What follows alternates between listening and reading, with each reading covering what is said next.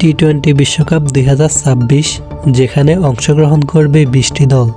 20 দলকে ভাগ করা হয়েছে 4টি গ্রুপে, যেখানে প্রতি গ্রুপে রয়েছে 5টি করে দল। গ্রুপ পর্বে প্রতিটি দল খেলবে 4টি করে ম্যাচ।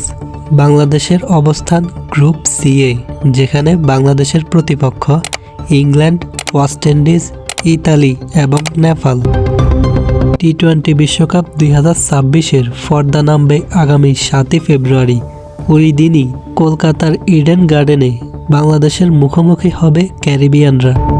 গ্রুপ পর্বে বাংলাদেশ তাদের দ্বিতীয় ম্যাচে মুখোমুখি হবে ইউরোপের নতুন দল ইতালির বিপক্ষে। ম্যাচটি অনুষ্ঠিত হবে আগামী 9 ফেব্রুয়ারি সোমবার কলকাতার ইডেন গার্ডেনে। আগামী 14 ফেব্রুয়ারি শনিবার বাংলাদেশ মুখোমুখি হবে তাদের গ্রুপের সবচেয়ে শক্তিশালী প্রতিপক্ষ ইংল্যান্ডের বিপক্ষে।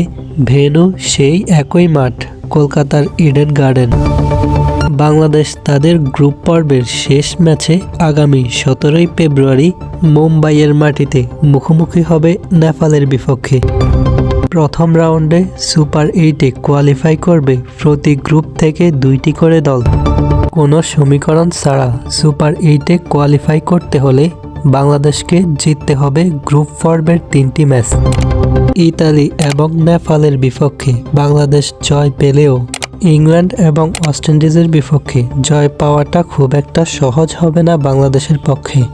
আপনার কি মনে হয় বাংলাদেশ কি পারবে সুপার 8-এ কোয়ালিফাই করতে, নাকি প্রথম রাউন্ড থেকেই বিদায় নেবে?